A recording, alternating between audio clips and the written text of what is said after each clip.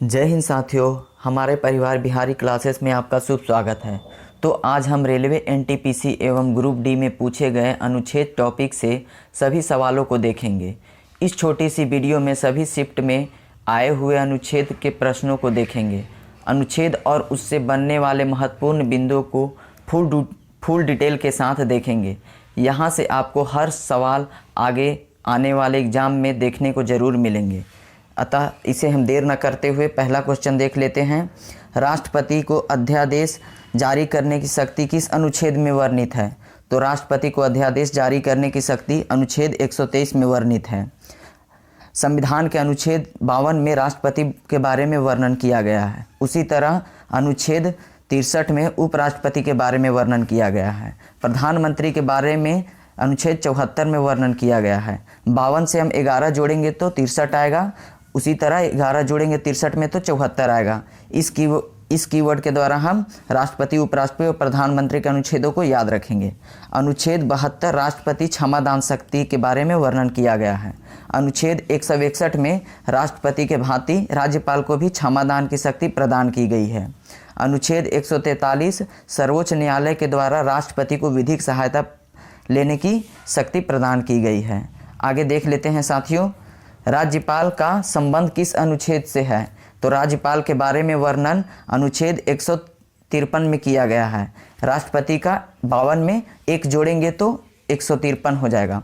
तो 52 153 में राज्यपाल के बारे में वर्णन किया गया है।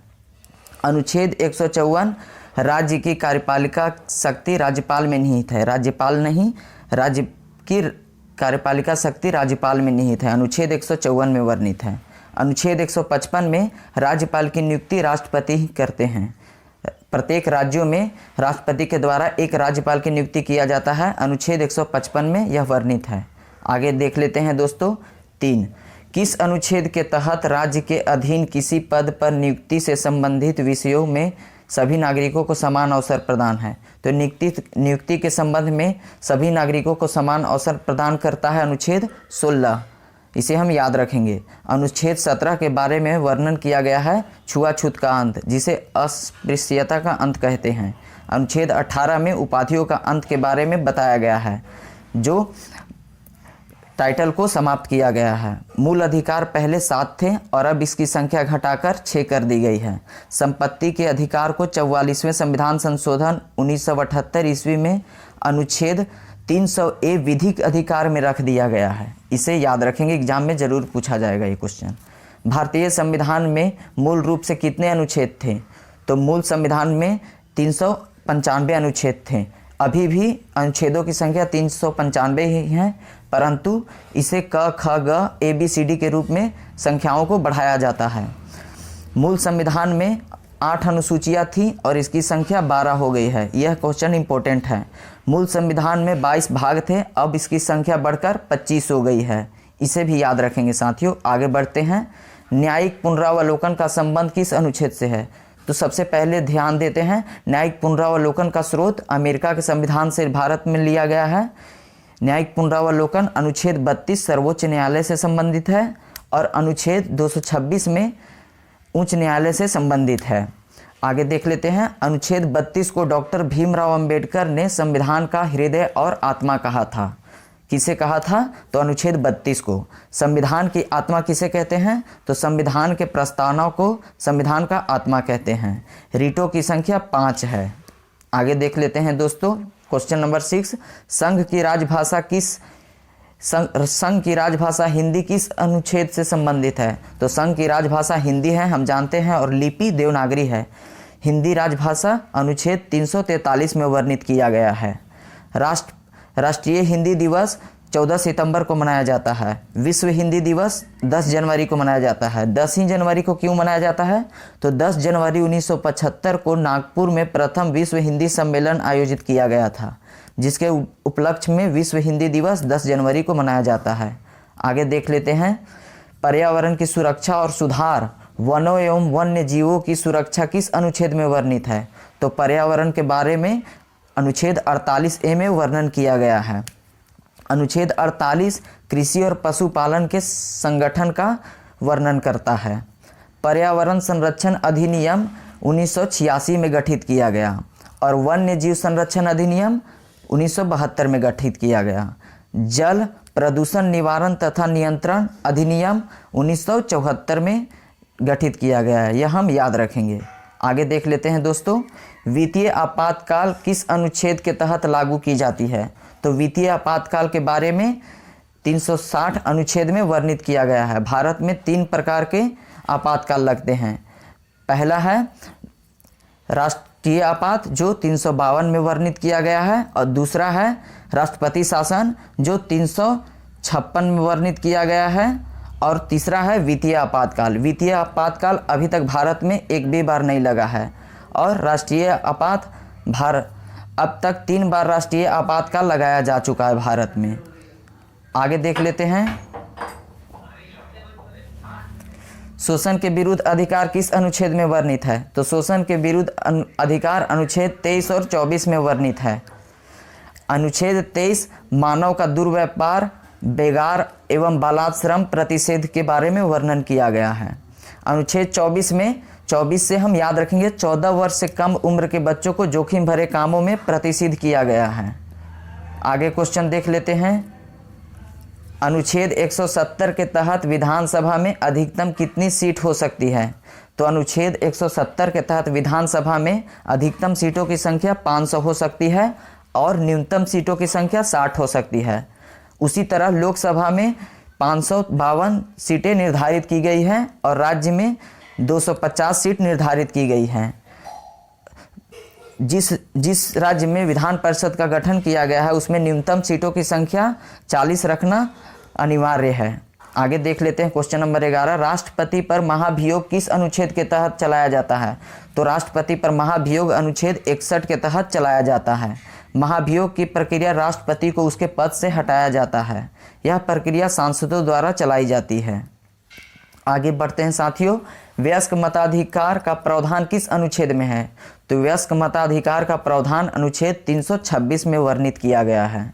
61वां संविधान संशोधन 1989 में मतदान की आयु 21 वर्ष से घटाकर 18 वर्ष कर दिया गया। यह राजीव गांधी के कार्यकाल में किया गया था, इसे हम याद रखेंगे। अनुच्छेद 51A में किस संविधान संशोधन के तहत मौलिक कर्तव्य को जोड़ा गया। तो मौलिक कर्तव्य को 42वां संविधान संशोधन 1976 में जोड़ा गया।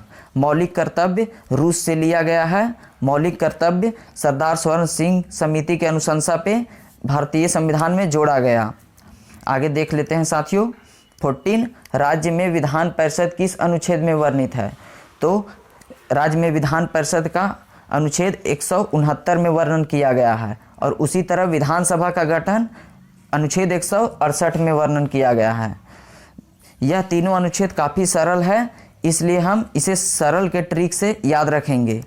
स से सांसद जो अनुच्छेद 79 में वर्णन किया गया है, और र से राज्यसभा जो अनुच्छेद 80 में वर्णन किया गया है, और ल से लोकसभा जो अनुच्छेद 81 में वर्णन किया गया है। इस कीवर्ड के द्वारा हम याद रखेंगे। किस अनुच्छेद के तहत संसद द्वारा संविधान संशोधन किया जाता है।